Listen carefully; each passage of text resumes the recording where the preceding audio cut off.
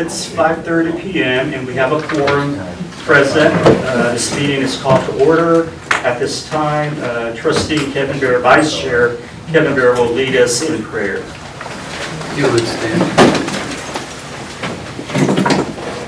Dear Lord our God, please guard us and guide us as we make decisions that affect our students, our employees, and our communities. In Christ's name we pray. Amen. Amen. Are there any members or visitors present? I see none. Any public comments? Did anyone sign up? No, sir. No comments. Public comments, all right. Moving right along. Are there any comments by individual board members at this time? I did want to make an announcement. I put a little flyer in front of you. We're bringing a full political cinema workshop to Coastal Bend College. I've been working with Dr. Zach and the team here at CBC. And so we're planning to bring this event to Corpus Christi July 18th through the 21st. And we are pleased to announce that we found someone to come and do an introduction to mariachi class as well. The political workshops have been going on for about 10 years in Corpus Christi. I was asked by the Arnott Foundation last year that I should do something in Vigo, so here it is. We're getting started to bring it here, and it'll be a 4-day workshop. And this morning I came back from Veracruz and I found an email for a group that wants to bring 19 students already. So anyway, it was very exciting to get her email and see if we can work with it. Just wanted to make an announcement, so you'll be seeing this around the community.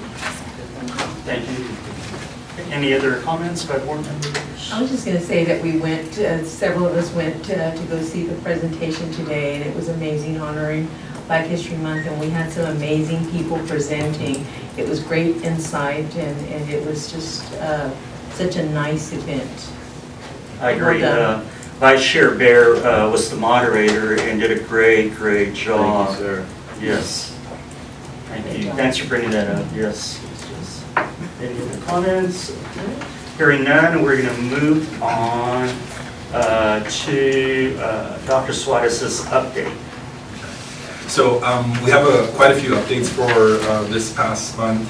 We've been very busy. The team, once again, as in all our meetings, I just want to thank all of the administrative staff, our executive team, and our employees across the entire college for just supporting our mission. We've been able to engage very effectively with our community, and that the results of those engagement are already showing in the types of collaborations and new partnerships that we're hoping to execute in the upcoming fall. So I also want to thank the trustees for engaging in these events when they're hosted on campus. It does go a long way to assist with making sure that we're visible within our communities and supporting the work that our employees are doing. So firstly, I'd like to highlight out of the 200 slides, Michael, we can go to slide 2. We attended the Goodwill Seeds of Change Gala. This was an amazing gala, I think, that we were invited to as part of our partnership with Goodwill. It was very exciting to see how they recognize their employees. I think the fact that they had employee recognition is what the ceremony was primarily consisted of. And one of the things that I took from it and that we spoke about at Cabinet is just the way that they involve the families of the employees in that experience, right? So when you have employees receiving recognitions, awards, and they have their children or their significant other in the audience as part of that process, it is very impactful and motivational in the work that we do within an organization. So we're looking to borrow some of those concepts and ideas as we begin reframing our employee recognition processes across the college. So I do want to share, JC is not my safety escort, even though he looks like it in the photos. He does a very good job in protecting me at all the events, so thank you, JC. But it was a really good event, and we were just excited to be part of the experience and really get some great ideas on how we can facilitate employee engagement and recognition at CBC. The next event that we attended was on January 27th as part of our new partnership with Goodwill Industries of South Texas. We have signed an MOU with Goodwill Partnerships of South Texas to facilitate workplace training and conversion of that workplace training to continuing education credits at Coastal Bend College. I want to thank just the executive cabinet and a lot of the administrators that are not here in the room today for facilitating that work. It's something that this idea had been conceptualized last year, and I was fortunate enough to be able to be part of this event. We actually had Dr. Bird attend as our special guest as well, given that he was a large part of that framework. I know Dr. Jones is not here this evening, but she also assisted in that collaboration. Braden Reed, who's also been fundamental in this work with the continuing education and workforce training, and obviously VP Blydery as well. I want to thank them for this work and making sure that we're visible and external within our communities. And part of the event that I appreciated the most is really the testimonials, and knowing that there's individuals that are participating in these workforce training programs that are homeless or going through some type of personal issues, and that we're able to meet them where they're at and really provide that sense of belonging and also that sense of inspiration in pursuing a credential or a degree. So I was able to speak to the individuals that were part of the testimonials that day, and they've already reached out, and part of the question was, how do I transfer this workforce training into continuing education credit? And we connected them with VP Blydery and Braden, and we're assisting them through those processes. So the fact that we're getting external, not only within B County, but also within our external service district areas like Rockport, just shows that our communities want us there, and we want to make sure that we're engaging with them every step of the way. So it was a really fun and exciting partnership as part of that process. The next event was, once again, us just connecting with our communities. This picture, I took it, and Amanda took it for me. So as I look on pretty much on the news casting screen, and I recall my days back in financial aid when we would do live video recordings at 3 a.m. in the morning. They weren't live, but they would say they were live. But this was just a way for us to engage with our local media and connections, is making sure that they know that we want to support them in the work that they're doing throughout our communities and getting our stories out there. And we had a very engaging lunch and collaborated and discussed on how we can partner moving forward. So we're very excited about our media partners as well. They've been very good to us, in my opinion, in the work that we're doing. So we want to make sure that we're recognizing that work and that we're supporting them in their mission as well. So I didn't get the job, just to let you all know. That's good. That's good for us.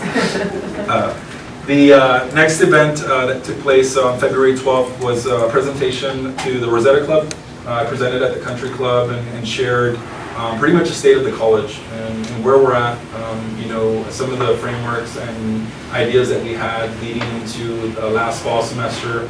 And it was really, for me at least, very inspirational to once again get that positive feedback and energy from our communities, and then wanting to know what work the college is doing. We shared initiatives like the Promise Program, the Cougar de Jaguars Rural Scholars Initiative as well, so they can have that information, the 4.5-day work week, which everyone particularly liked.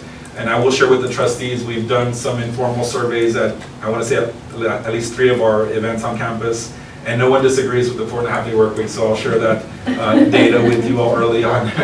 But it was really good to engage with our communities and share where we're at and where we're going, more importantly, as a college. So they were very happy to hear about the information and the initiatives that we're undertaking, and more importantly, they were also wanting to engage with us to see how they can support us in this work.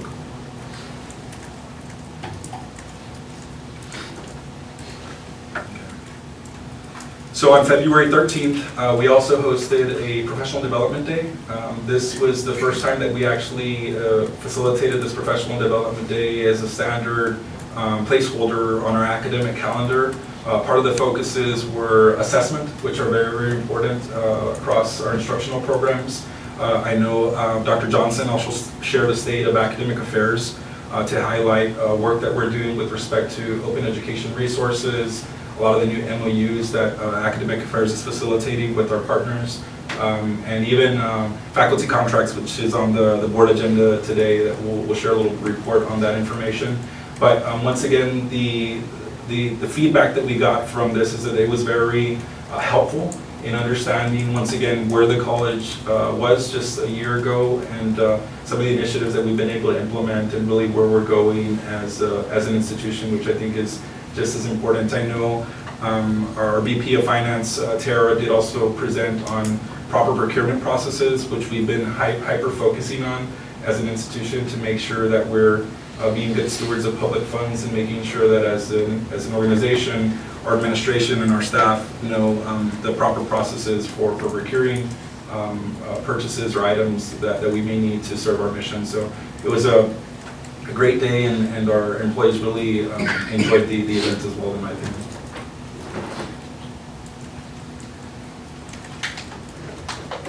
So this actually was yesterday, if I'm not mistaken. I met with the SGA president. I think making sure that our student feedback is also included and where we're going as an institution is important. Part of the discussions were how can we improve the student experience on campus, and what does that look like? And it was very interesting to just get the feedback from Layla, who shared that one of the issues that our students have been having is just access to the student union building, and asked, well, what's the issue? How can we improve it? And part of the dialogue we had is, we just want to have access to the poll sticks during lunchtime and after 5 p.m. Right? There was currently a checkout process. So after that discussion, we said, that's something we can easily resolve. I met with our VP of Student Affairs and Enrollment Management, and we said, the poll sticks are in the sub now. They're accessible. You don't have to check them out.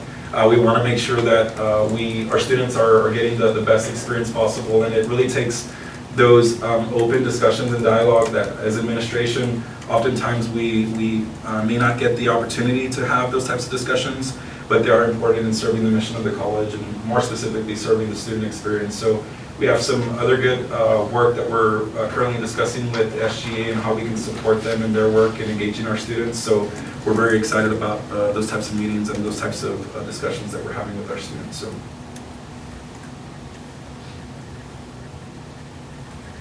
As Trustee Elizalde mentioned, we also had our Black History Month panel. This was a very engaging and very insightful presentation and very well attended presentation I will share. And Dr. Johnson, I want to thank you for being part of that and allowing us to hear a piece of your story. I think it is important in the discussions that we have specifically within an academic setting. So thank you for sharing, and once again, very well attended. I want to thank Melissa Sanchez, who is not here, I don't believe, but she helped facilitate a lot of this programming, and I think this is indicative of the level of programming that we want to have at the college and why these positions are so important in the work that we do day to day. So I got 50 slides left, we're almost there. So this next one is just, I had the opportunity to attend a meeting with the commissioner of the Texas Higher Education Coordinating Board in Edinburgh. I want to say it was about a week ago, and part of the discussion that we had is what are some of the needs of rural community colleges and how can we help CDC specifically. And as I tend to be in most of these meetings, I was very open on the need for a Bachelor of Applied Science degree at Coastal Bend College. For what it's worth, I think I was able to plant that seed as part of the discussion with the other CEOs. But more importantly, on that morning drive, I actually left Beeville at 6 a.m. to be at that meeting at 9 a.m. And when I passed Alice, I took a picture of this, and I texted Amanda and I said, Amanda, my heart's very happy this morning.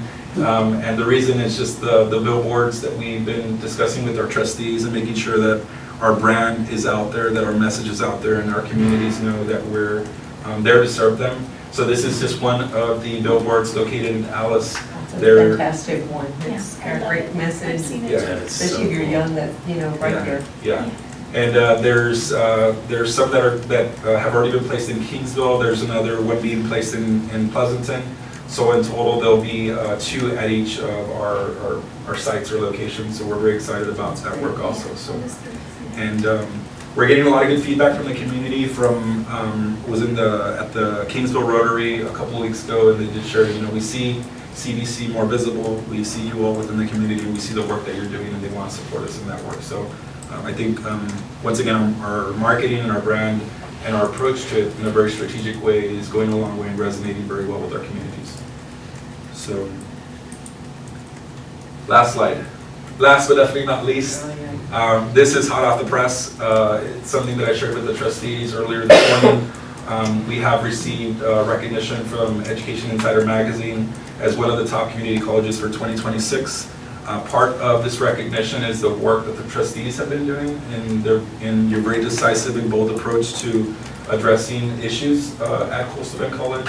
Things like the Promise Program, things like the 4.5-day work week, the Associate of Applied Science and Project Management, the Cougar to Jaguars Rural Scholars Initiative were highlighted in this article, and it just shows that nationwide we're also being recognized in this work. So it's something that we should be very proud of as an institution, and it's something that more importantly we should recognize our employees for, because their work, the day-to-day staff that undertake this work with our students are why we're being recognized. So we obviously make a lot of strategic decisions as a board and as administration, as a cabinet, but ultimately our staff are the ones that undertake that work day to day. So I did send all the staff an email this morning thanking them for that work. It does mean a lot, and if anyone's watching online, we want to thank you all for this work and for supporting the college and the mission that we have for our students. That's my presidential report for this month. Great job. Great job. Congrats on the recognition. Yes. That's Not incredible. just the board, but we're following your leadership and the leadership of your administration, your cabinet, many of whom are here at the meeting, and keep up the great work. We really do appreciate it. I know the students and the community appreciate it also, but thank you very much. Yes. Next item on the agenda is item 6, mission moment. So this mission moment is, I'm very excited, I'm very happy. It's something that we, obviously at every board meeting, we've integrated highlighting our employees and the work that they do. And she doesn't know it this evening, but for this month's mission moment, it is Nora Morales. We want to recognize you, Nora, for the work that you do. One thing that I can share about Nora and why this recognition is important is just, and I want to be very honest with everyone, it's typically, I'm very open and transparent. I don't think I've ever met anyone that works as hard as Nora Morales at CBC. And part of it is just a few weeks ago we discussed things like the deregistration list and the teams that were working on it. Glenda is part of our business office, but Nora was highly involved in that approach as well. And one of the things that is challenging in being one of Nora's supervisors is trying to get her not to work, I think is the most challenging thing. So She's always been like that. I will share that one of the things that I purposely do is if ever I have to send her an email on the weekend, I program it for Monday, because if I send it on a Saturday, she will respond on a Saturday. So Nora, we thank you for supporting the mission of this college and just the work that you've done here for so many years. We do appreciate it, and it means a lot to our students and to our mission. So we want to thank you on behalf of myself, and I want to say on behalf of the trustees for this work.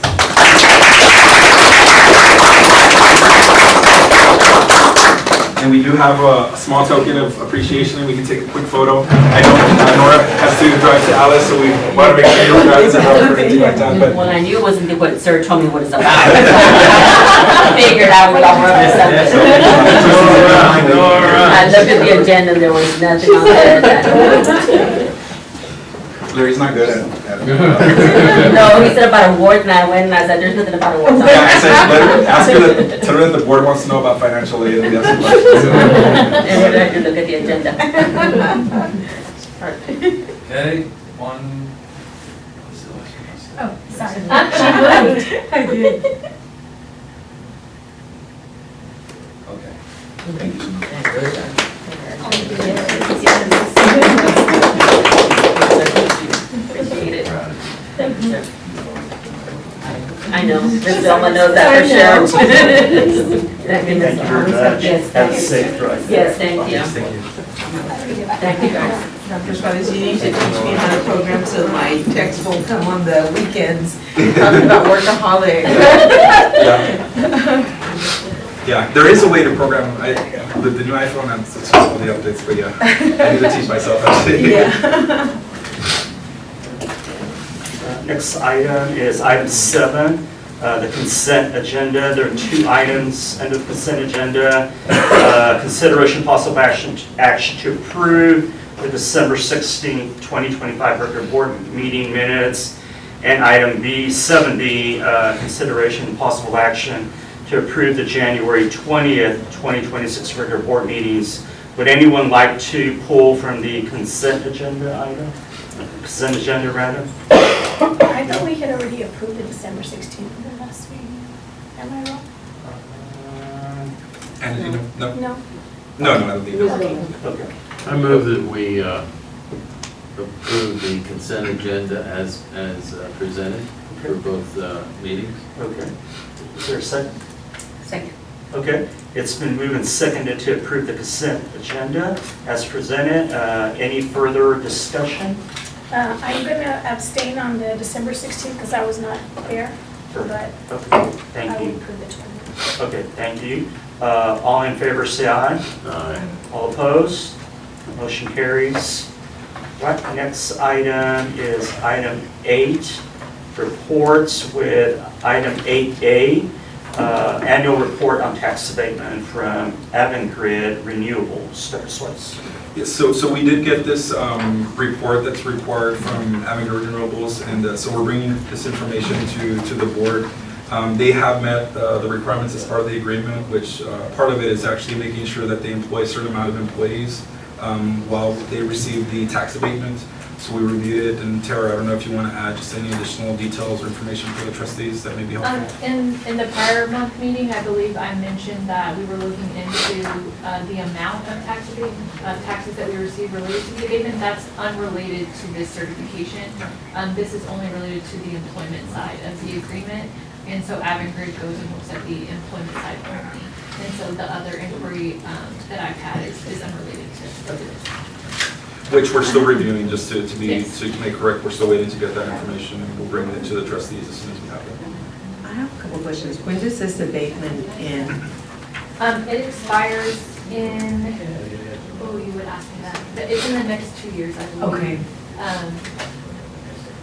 I can find out for you. Okay, that's okay. I just was hoping it was soon.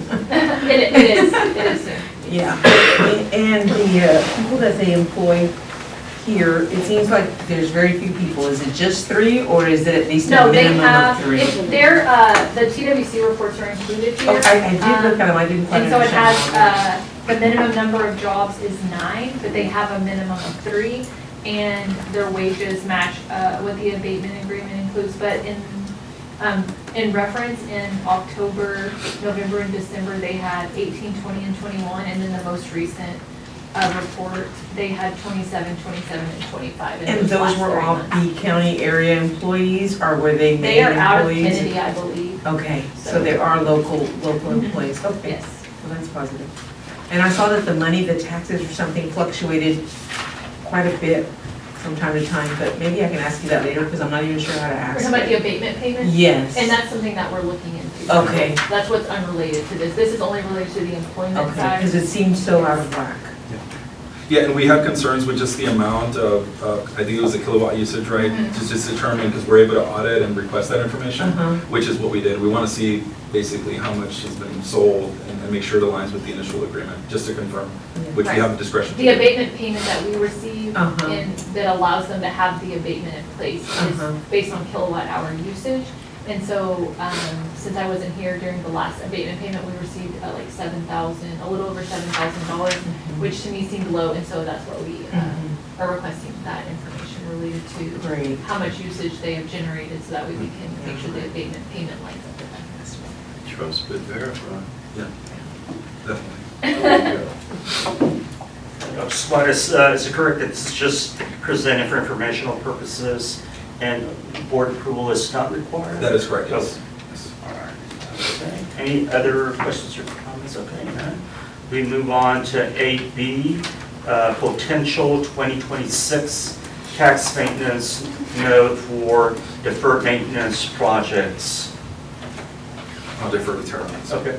Okay, so on this one, in the course of looking at our deferred maintenance projects and the list that we know that number 1 on the list currently is the paving and the main road and the parking lot at the dorms. We know that, some trustees have had comments about that and the way the campus looks from an outside perspective for visitors and staff as they come on campus. And so we had been looking at how to fund some of these projects.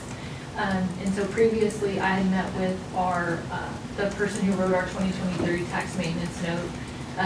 In those projects, as y'all know, some were delayed and some y'all just approved at the December meeting to keep moving on those ones from the 2023.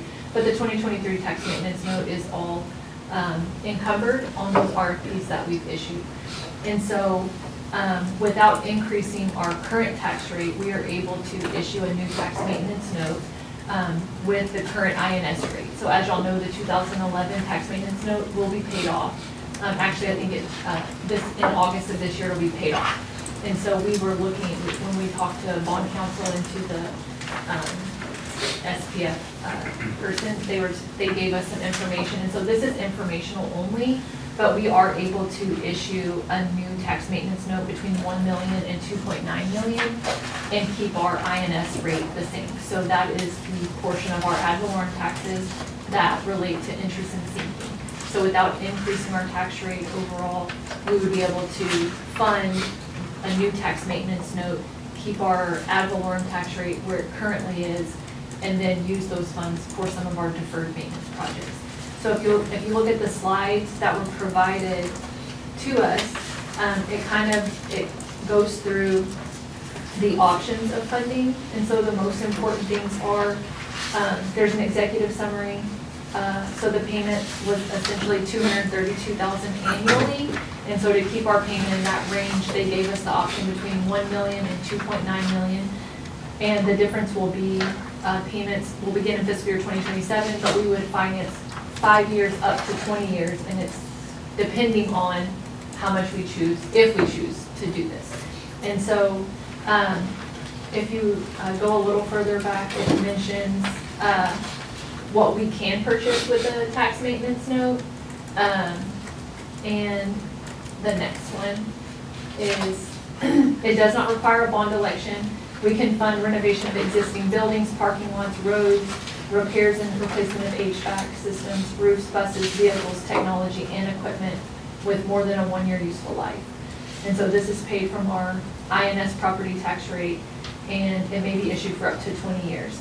So initially, when we looked at this, I know at the meeting when we were approving the ad valorem rate, there was some discussion about that, and so I'm a little sad that Victor's not here to hear this on this day, but I know that y'all will talk to him. But that's why we wanted to bring it to y'all as kind of a pre-planning thing, because I won't get into the details of all this, y'all have it, but if you look on page 6, it's 2 pages down, but it will have the repayment term, the interest rate, and the borrowing amount.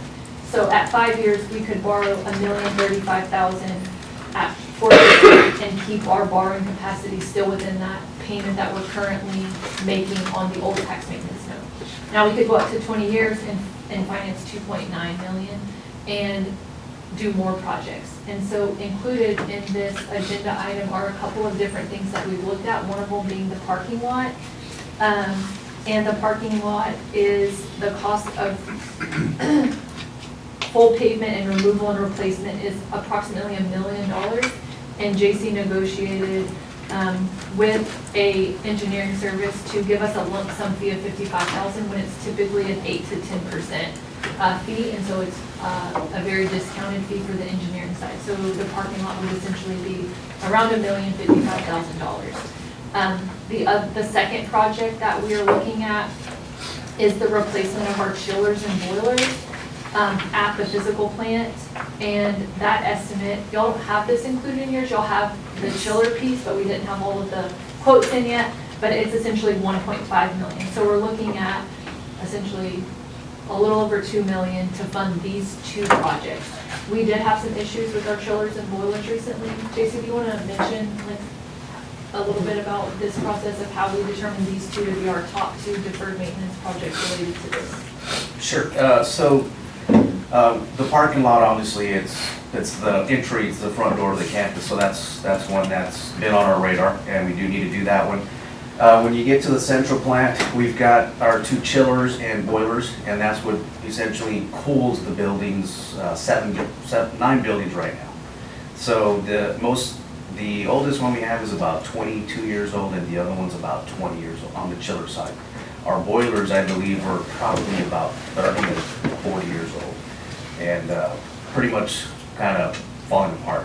So that just, we need to do that on our next big project so that we can keep everything, all the buildings running, cooling and heating and things like that. This also includes bringing in new climate controls at our central plants, which we absolutely need as well, so.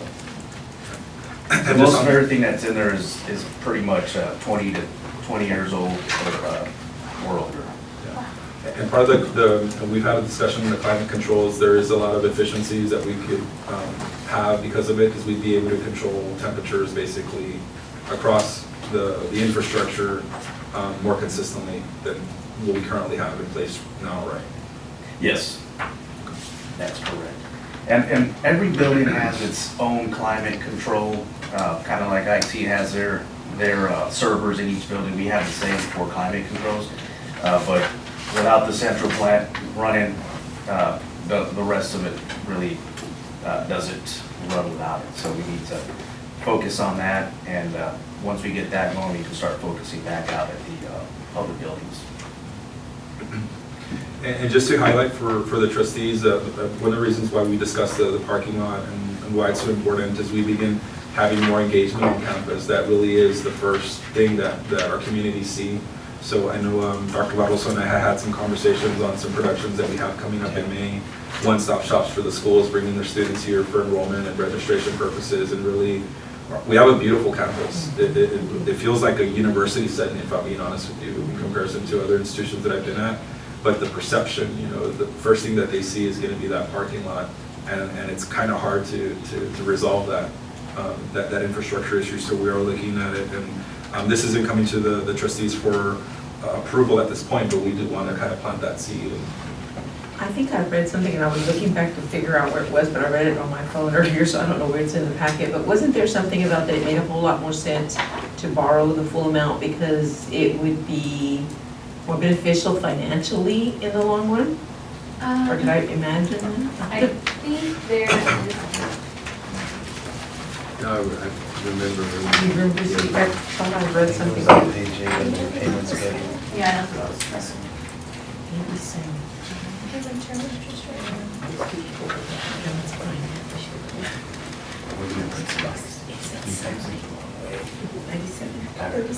chart.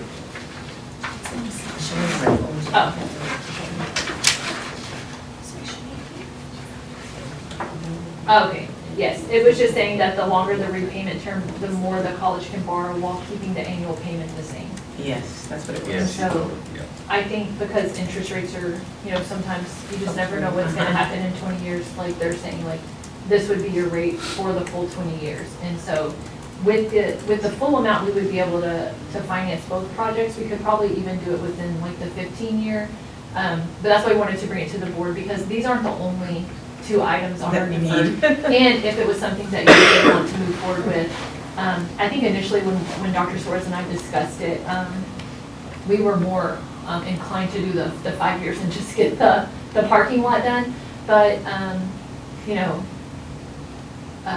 there are a lot of needs, obviously a lot of old things that need to be replaced. And so just trying to determine what the priorities are, and we would be willing to bring many other projects. I know JC has a full list of things, and so we would be willing to bring, many items to y'all if y'all were seriously going to consider this. But we just wanted to put it on your radar, let y'all know that this is something that if we were going to do, we would need to probably have final approval April, May of this year, and bring in the bond council to do the full write-up of the tax payments.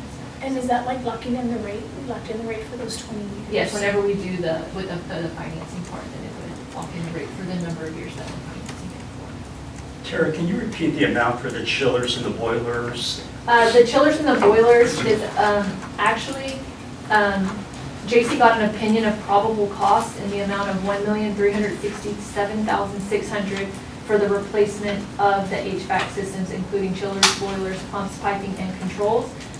But it's a planning level estimate that includes equipment and installation only and does not reflect engineering. And so the engineering fees are usually about 10%, so it would bring the total to roughly $1.5 million for the chillers and boilers replacement. and then we're at $1,055,000 for the paving of the road in the Durham parking lot. But we believe it would be under the 2.9 million Yes. maximum amount. Yes, and the two projects would take up a large percentage of this, but we do have other projects that we would bring before you and allow y'all to make the determination. If y'all wanted to do the full 2.9 million, then we would bring y'all the project list and essentially include y'all in those discussions of if we were gonna go that route. If we were to do the 2.9 million, you still think a 15-year notice is possible? Well, the 2.9 million, if you look on, right Uh-huh, here, it's- that would be 20. It would have to be And 20. so the 2.2 And the other one, million okay. 490 would be. And we have to stick with that. There's nothing that says that we could do. This is the range that we could do. Okay. And so, so this is an estimate from them based on keeping the payment within that 232,000. Now, if we were gonna go above that, we would have to have a bond election to increase Yeah. our INS rate, which is what we're trying to not. I wasn't thinking more money, I was thinking less years because we have so many projects and Yes. we could continue in that kind of proactive way instead of. And we wouldn't be available for another tax maintenance note until the 2023 would be paid off. And so that one, I'm not sure exactly how many years it is, but I could confirm. And so that way you'll have all the information. It is 2038 or, I mean, it was a Mhm. good while before. So that one may have been a Yeah, 15-year. because we just started, yeah.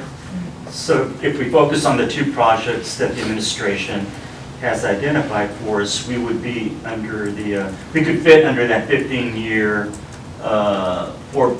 4.5% interest rate, and we would be right around that 2.4, almost 2.5 million, or just under that. Yes, I was just, Okay.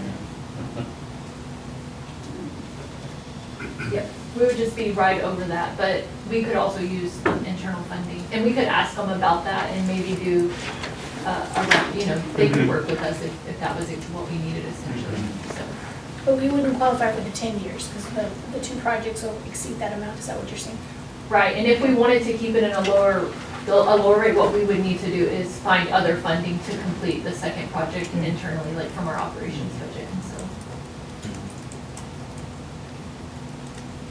Yeah, I think what we can do is we'll bring several options to the trustees, just because, like I said, we've been very strategic in spending, so there may be some opportunities where we can use some internal funding to offset some of these costs, and that way the trustees have several options to kind of choose from, whether it's this tax maintenance note or internal funding. Okay. Any other questions or comments from the board? Okay. All right. Thank you for that information. The next item is item 8C, report on the revised faculty contract template for fiscal year 2026-2027. Dr. Sweats. So we've been working very closely with our Academic Affairs Division, with Dr. Johnson and our Faculty Senate to really, and the College Council as well, where he's been involved in this process since last November. Part of what we're bringing to the trustees for reporting purposes is just some modifications that we're wanting to make to the traditional contract language template for faculty. The approach that we took with this is we wanted to provide faculty with a really clear outline of expectations and responsibilities, specifically for things like service, advising of students, and also instructional quality of programs. So we're bringing this information to the trustees just as a report. The first document that you have there is the contract that we've typically been using, the full-time annual 9-month faculty contract. It has the state of Texas County of B header listed on there. And the second document in place is the one with the Coastal Bend College logo, is the revised template that we plan to use for the upcoming year. I did have a chance to meet with Lester Williams, who is our Faculty Senate President, earlier this week, because we've been very open and transparent in the process. We shared it with Faculty Senate. We said, give us your feedback, send it to faculty, advise us if there's any concerns or comments that we can integrate into the updated contract language. In speaking with Professor Williams, he mentioned that there was no major concerns in the new language. Really, the way he framed it is this, these are the expectations of the role. So the fact that it's now listed in a document is helpful. But I also want to thank Dr. Johnson for his support in this process. And Dr. Johnson, I don't know if you want to add any more for the trustees in this review. Dr. Suarez hit it on the head, is that we are looking for improvement in the language. The first contract was very nebulous, and we're looking for more, say, a service to outline exactly what service would be for Coastal Bend College and the faculty role, as well as just simply day-to-day duties other than teaching, and just being open and honest with these responsibilities that we do, not only teaching, but being a role of faculty member involves much more, especially when we're talking about service, and also including training. We did add training as a part of that. Where can you find training? And the Office of Academic Affairs will provide that along with various other areas of the cabinet, human resources, IE, etc. So we will provide training for faculty as well. This is more in line with other universities and colleges, correct? Yes, yeah. And part of and I'll say it openly, the current contract, the best way to summarize it is there was a contract start and end term, which is needed in all contracts, the benefits provided, and basically some language on policy requirements, and also a signature, which is also a requirement as part of any contractual agreement. But that was the basis of the current employment contract, and we wanted to add some specificity on these are the expectations. We need your help with graduation. We need your help with advising. We need your help with assessment, program reviews, and anything else that impacts our students. So I think it's been well received, and you're right. It's something that we did engage one of our peers to look at what their agreements look like, and we modeled a lot of that work specific to Coastal Bend College. And I'm so sure that we ran this through Corey? Yes, correct, yes. Perfect. Yes, and Corey has reviewed it from the legal aspect and okayed it.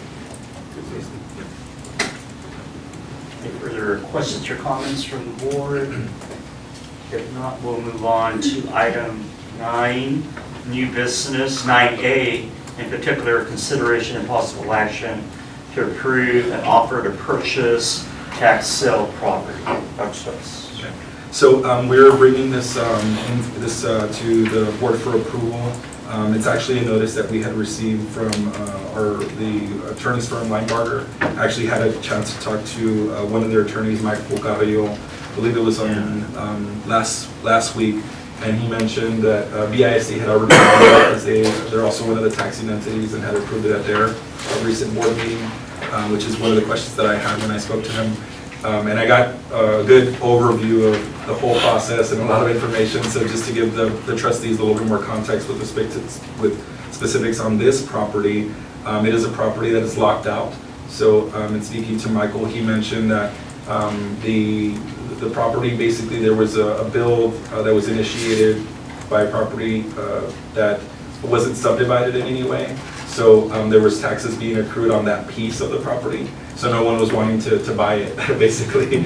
So what ended up happening is that the current owner basically bought the property at auction, and the city, or BISD I should say specifically, I'm not sure if the city has taken any action on this, is wanting to get or approve of this in order to get it back on the tax roll. So that's just a summary for the trustees, and we're asking for this to be approved as well, so we can.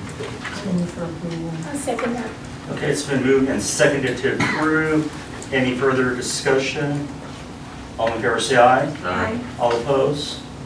Motion carries. Okay, next item is 9B, consideration and possible approval of the procurement of video conferencing and telephone services.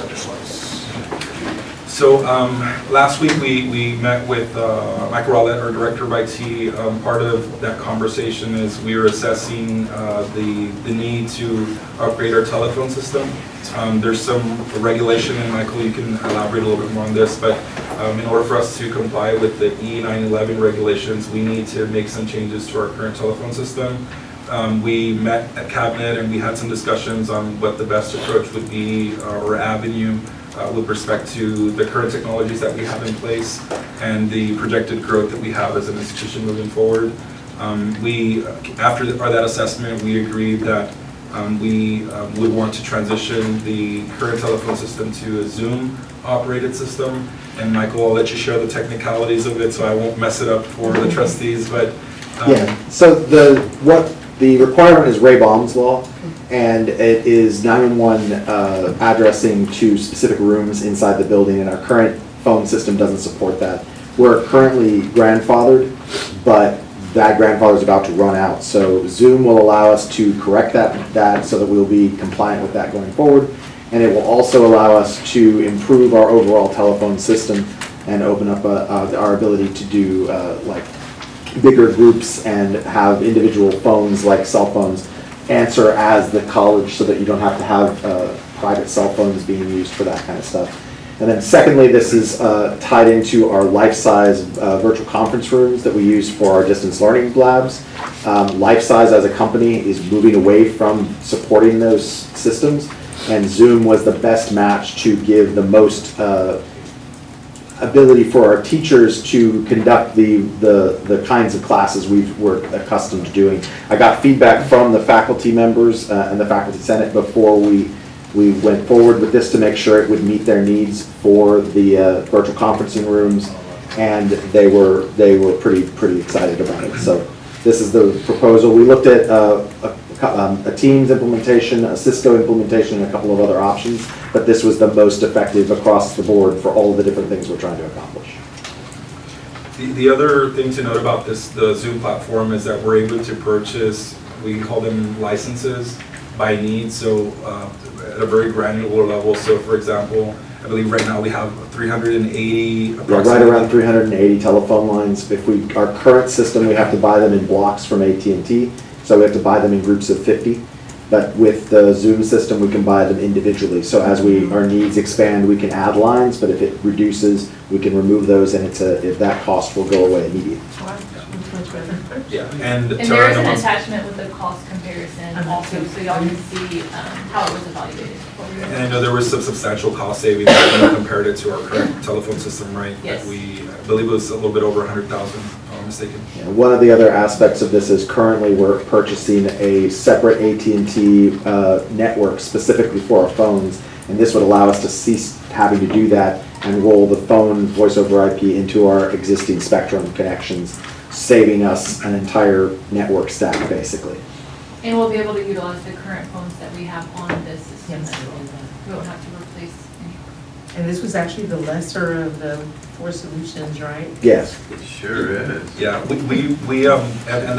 did reach out to some colleagues to determine why that doesn't seem reasonable. Uh-huh. But part of it is Zoom is just getting into this landscape of operations. So right now, I think they're trying to gain some additional customers and things like that, but it works to benefit what we currently need. Perfect. So at some point that may change, but Yeah. for now, I think we're in a good position to save some money for the college. And this At was, T-Move pricing. Yeah. this is also our initial quote, and since we have engaged with Spyglass, that's doing some different contract negotiations with us, I believe Michael is gonna get with them with the specifics of it as it moves forward, and so if they are able to get better pricing, we may even see some more cost savings, and so we're hoping for that, but. So part of what we're bringing to the trustees is just a recommendation for approval of the procurement of Zoom for video conferencing and telephone services. From what I'm reading, that's, yes. It's been moved. Is there a second? Second. That's been moved and seconded to approve. Any further discussion?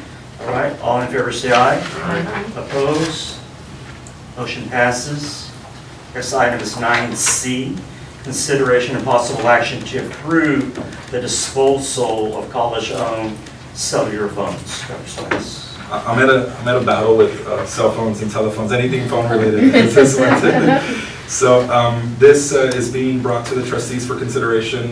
We recently did an assessment of the current cellular phone lines that we have active for the college, and we have currently approximately 45 lines.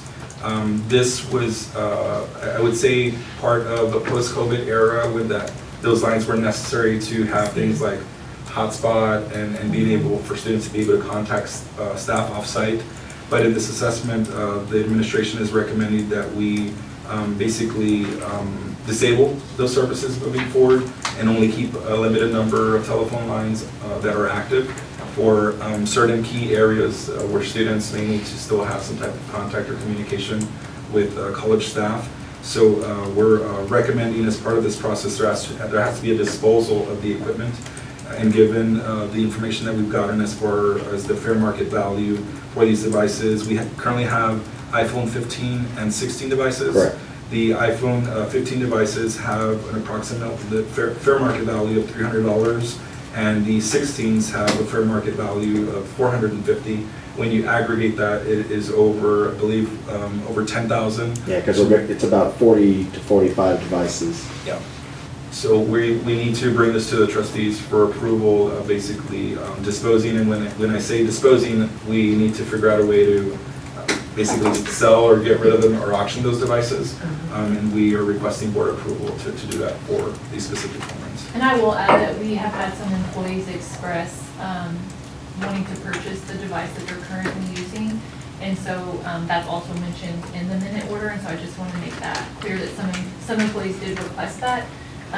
And although each device is under the required threshold of $500, we thought since the aggregate was over, and also just in the spirit of transparency, to bring this to y'all, especially since if we do sell devices to employees, we want y'all to approve that specifically today, and also let you know that could happen, and then the devices that are remaining, we would sell at auction. I know Michael has some insight into how that would work, online places or resell back to vendors that utilize this. So. Great. I move for approval. Second. All right, it's been moved and seconded to approve. Is there any further discussion? All in favor say aye. Aye. All opposed? Motion passes.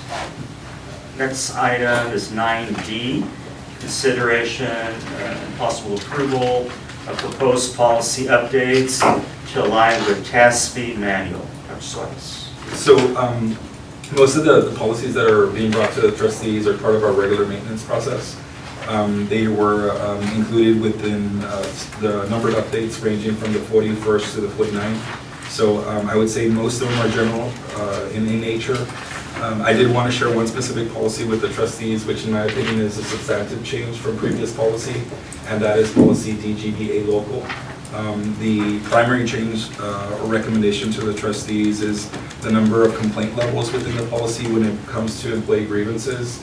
I did have a discussion with Corey, and I looked specifically at other institutions and the amount of levels that they have.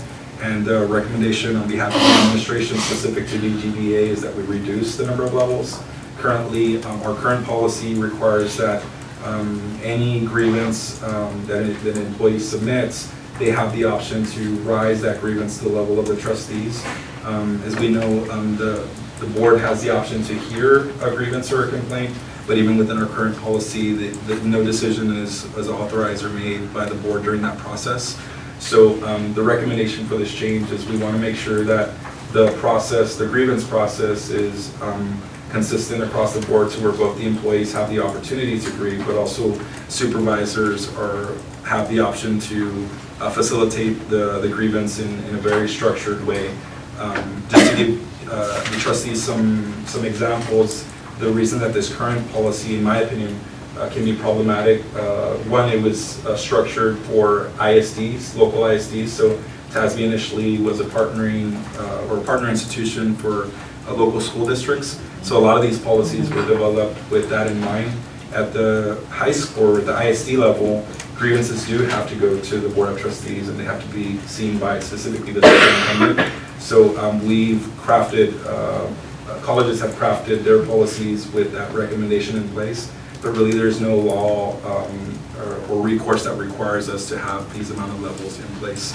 Now, in practice, the reason that in my opinion, it can be very problematic is when employees are grieving something that has no validity and it's rising to the level of the trustees. I think that puts supervisors at a disadvantage, to where it becomes very difficult to contest any grievance, regardless of what the issue is, right? So I'll share one example. At the previous institution that I was at, we had a grievance that had been submitted where the employee had gotten a performance improvement plan because of performance issues. Well, there was nothing wrong with the performance improvement plan, but policy allowed or called for 4 levels of review, and those types of grievances would rise to the level of the board, and in some instances were unnecessary. So I'm bringing this policy modification to the trustees for consideration, but I'm also open to just any questions or concerns that the trustees may have with the revised policy language that's specific to DGBA or any other policy. But that's the one that has the most substantive change that falls outside of the recommended TASB numbered updates. I guess I would say that it's nice not to have to hear them because it is heartbreaking when you can't do anything about it. And because it does sometimes create strife within the different divisions. The issue that I see is how do they get heard? And so there is, as part of the public comments opportunity that all employees and individuals from the public have, they still have the opportunity for their grievance to be heard, but it's not through the formal grievance process, so. And at that point, they can't mention names or anything, is that correct, of other employees? When they do an open public grievance or public comments, I'm sorry, at that point, they can't say so-and-so this. They have to refrain from saying a name. Well, part of it is they, I wouldn't say that they have to refrain from it, but depending on what's being alleged, as a board, we may have to advise them that it's not recommended. I think that's what we do. Yeah. I think before they speak, I think we say something or have said it in the past, I know. And my issue is that when you've got a well-operating machine, you know, as the college, then it's fine. But we have had issues where we did need to hear some things. And that's my concern, you know, maybe not the complaint, but to even recognize that there was an issue. So I'm torn, to be honest. Dr. Swett, is the proposed policy DGBA, is that similar to what you've seen at some of our peer institutions? Yes, so it is, and part of it is, and I'll share very openly, I know TASB from their recommendation, they like keeping their policy structure consistent, because anytime you have, let's say for instance, a local policy that's substantially modified, for example in this case, it becomes an X policy that they no longer maintain, and they'll refer you to your own council and say, it's your policy now, you all maintain it and make updates as necessary, but this policy, the way it's currently being brought to the board, is consistent with what our peers have in place. And I appreciate that, and I think that's the way we have to go, because it makes sense in that way. I don't know, as a board, we'd consider maybe something that allows us to know that a grievance was, so that we're informed, so that we at least know there's this issue, and again, we hear the side of it. So we know if it's something we should look out for, that we might not get to hear, because I think most of us that have been on the board for a little bit didn't realize the level of some things that have occurred in the past, and it was a surprise, and it was awful that some of those things occurred, and we had no idea. So I don't know if it's something where I don't know how we can address it, but maybe put in a contract to the only person that reports to us, that we be made aware of grievances that reach a certain level, or the final level, or whatever that is. And it's not to make a decision, but just to be aware. Yeah. And that's definitely something that I think it's open. We definitely want to keep an open dialogue and be transparent. So that's definitely something that is to the board's request. We can provide that information. Part of what we intentionally did, and this is why I think it's important that I want to outline that we have taken a very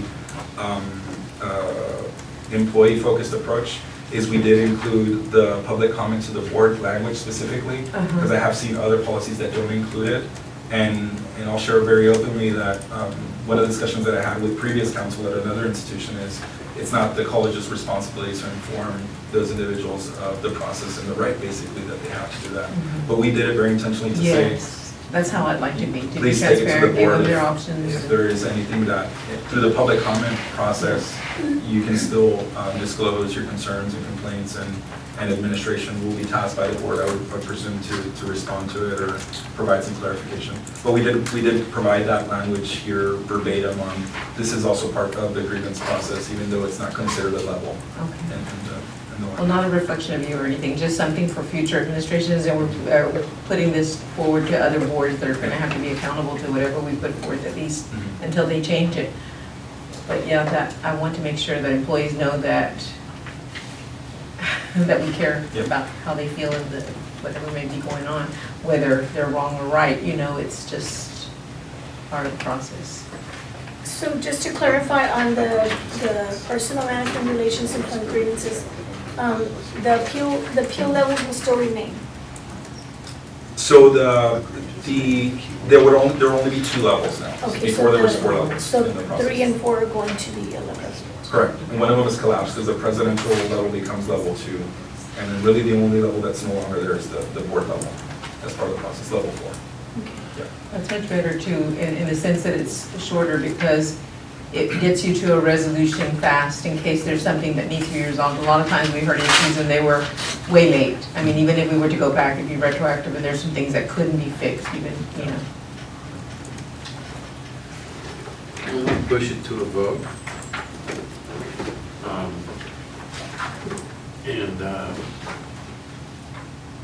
I'm in favor of adopting this particular employee policy.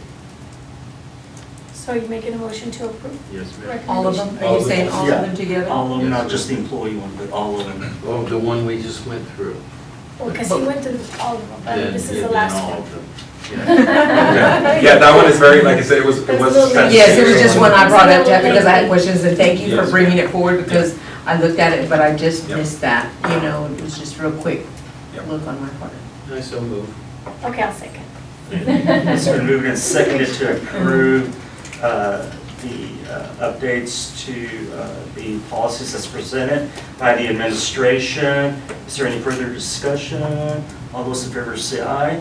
Aye. Opposed? All right, motion passes. All right.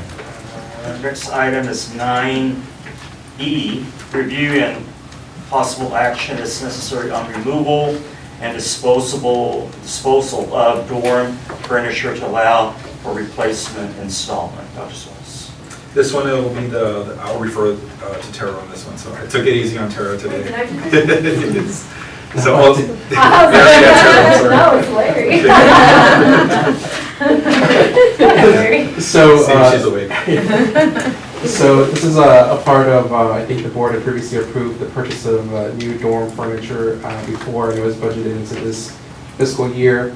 We're moving forward with purchasing the furniture, but a piece that was left out of that previous action was the disposal of what's currently there. So we're bringing it to the board to make the decision as to removal and disposal of it, whether it's auction or disposal, or repurposing for the apartments or other areas. And some of the things that we discussed is just going through the auction process to see if there's any furniture. I think probably everything outside of the mattresses, there may be some value there, but there may be some that doesn't have any value. So we want to make sure that we're able to remove it from the dorm so we can get the new furniture in there. And then also seeing if there's any way to donate some of it as well. That's what I So- was gonna suggest. That's a great idea. So we'll look at each of those pieces and begin offsetting within each of those areas before we get to the disposal stage, but we did want to bring it to the trustees Thank you. too. That's great. Okay. I move to approve the recommendation. A second. It's been moved and seconded to approve. Any further discussion? All those in favor say aye. Aye. All opposed? Motion passes. The next item is 10, approval of financial reports for January 2026. Dr. Swires. Yes, sir. Now it is, sir. Okay, fair. He had me confused there for a second, I was like, I did not do this one. But I have been looking at the disposal policy over the last few days, so I was ready if I needed to be. So these are our January 31st, 2026 financial statements. Kristen Blau prepares our financial statements monthly. And so, not a lot has changed since the last financial statement in December. There are a few things I'm going to point out. On our net position, our prepaid balance is currently a negative amount, even though it's an asset, but that's because we've purchased meal cards at Western Dining that we sell later, and so sometimes it'll have a negative balance whenever we have quite a few in our office. And so as we sell those, there'll be, that amount should go back to the correct direction. We're in a strong cash position. Most everything is, this is just as of that date, and so most things we adjust at year end, except for payables and accrued payables, kind of things fluctuate month to month depending on what's outstanding.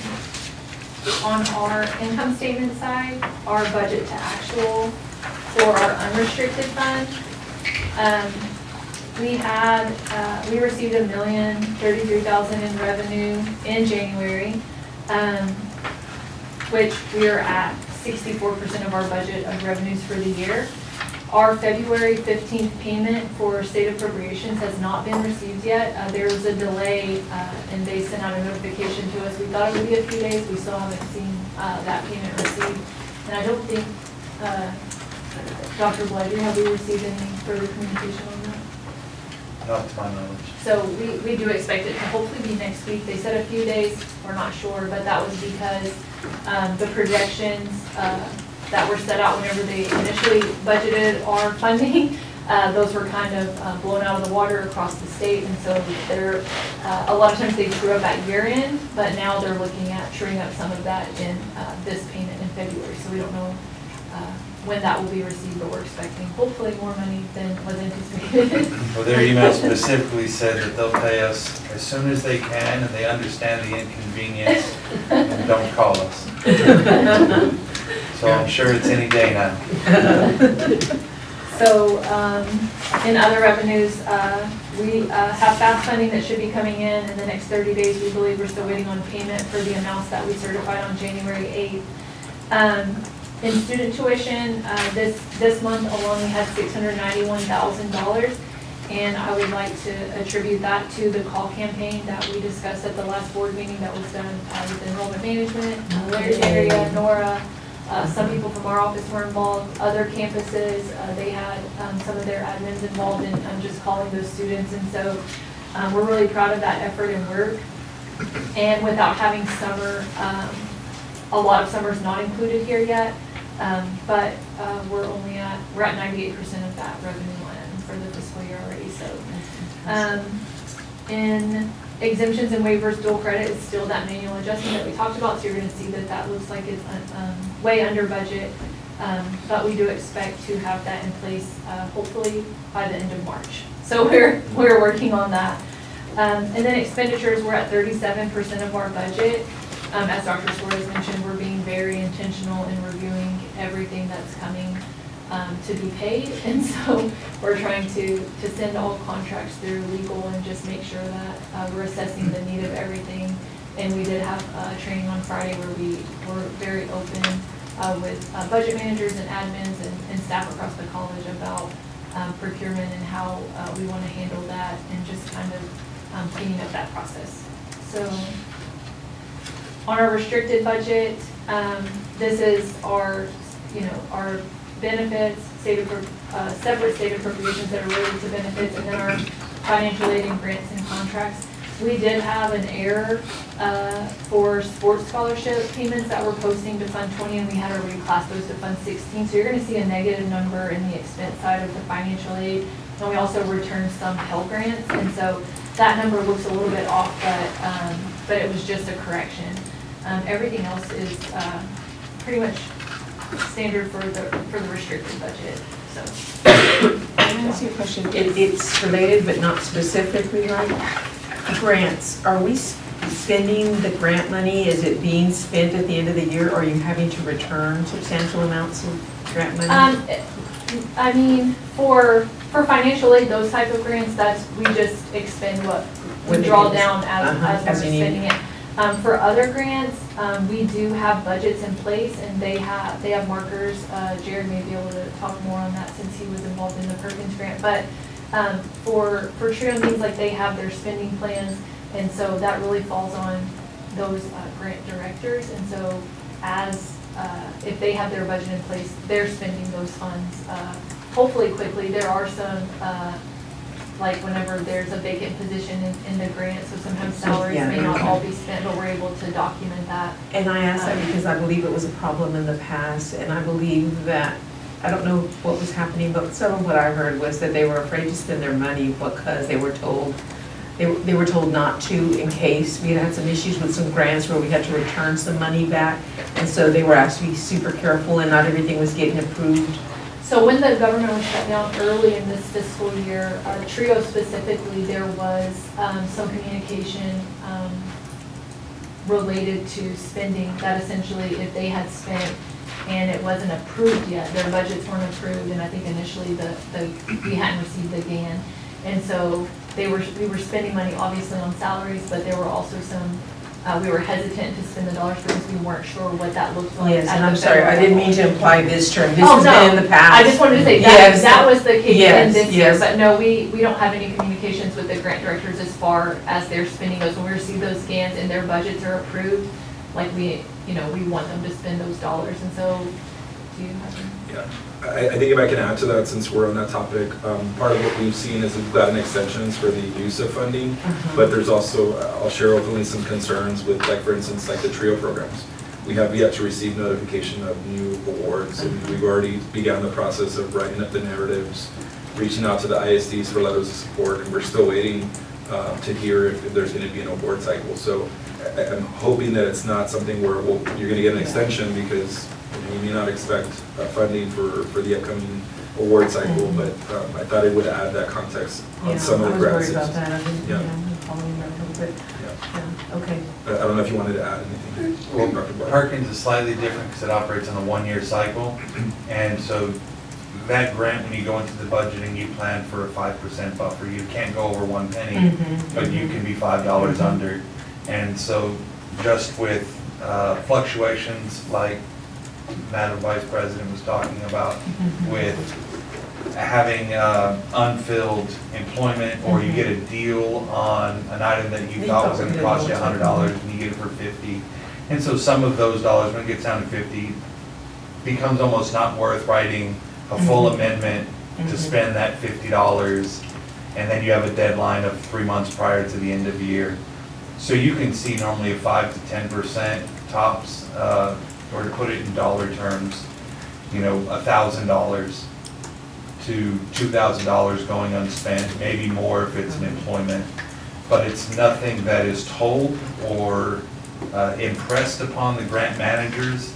Some of them, it becomes habit over time, because you get too close to that Number and you're nervous. zero. Yeah. You don't want to hit that Yeah, zero you don't wanna number. hit that zero. And so there is that element of fear for a grant manager Yeah. when they're coming into the end of cycle. I know with TRIO, if you don't spend it, you can trigger some audits and even some program loss because you're not providing the services that you said you were gonna provide if you were using them. So that was my concern, because they had shared some concern previously that everyone at the college was so afraid of spending grant money because they had to return some, astronomical amount, and that they were being told not to spend.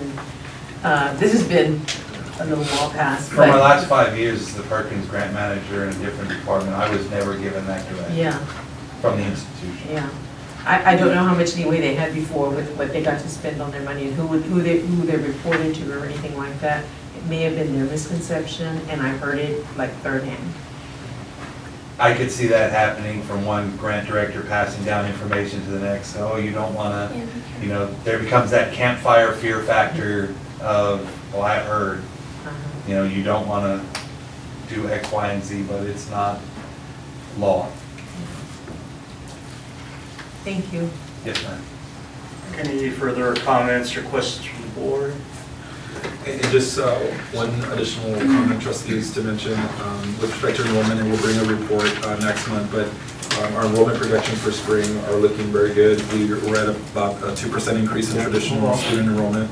which is unheard of in any higher education setting. I want to say it was well over 100 traditional students, which was, About 8%. yeah, very interesting to see that our dual credit population remains steady, but our trad students is growing, which is what we want to see. I think the next piece is we want to see them back on campus. As part of the On process. campus again.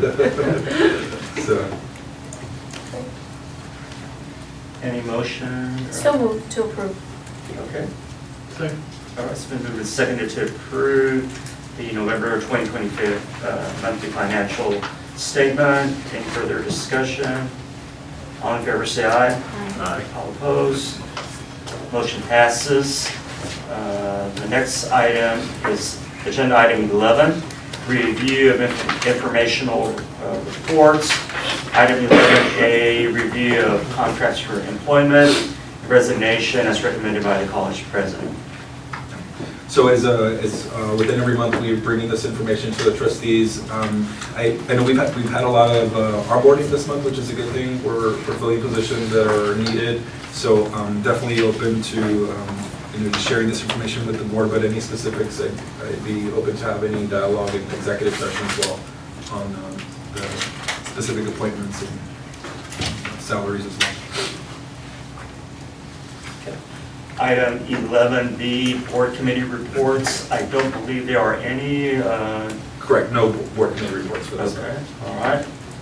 Next agenda item is item 12, executive session. It is now 6:46, and the board will now convene in a closed meeting to discuss the following items posted on our agenda this evening as allowed by the Texas Government Code, Section 551.076, security devices or security audits, Texas Government Code, Section 551.071, consultation with attorney, and Texas Government Code, Section 551.074, involving personnel matters. Thank you very much. Okay, there we go.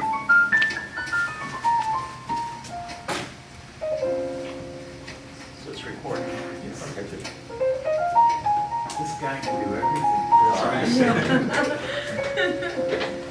All right, it is 8:04 p.m. and the board is back in open session. There are no matters requiring a vote in open session that were addressed in closed session. So at this time, I'll entertain a motion to adjourn. So moved. All right? Second. It's been moved and seconded to adjourn. All those in favor, say aye. Aye.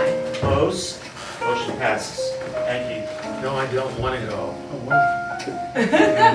Just some quick announcements for the trustees. So we'll be closed for spring break holiday from March 9th through the 13th.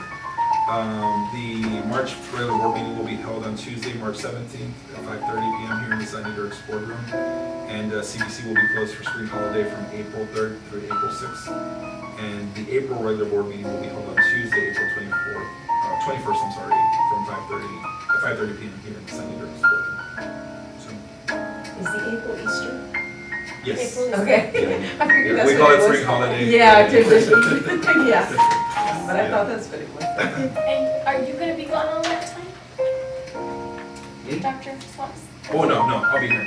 Okay, I just wondered so that if I have some updates from. No, I'll be Mr. here. Rivera. Yeah, Okay, yeah, I'll be in town, so. yes. I'm hoping to get something from him this week, so. Yeah. We have an amazing mariachi Let me guy turn off coming the in to recording. do this, Sure. of course. He wanted me to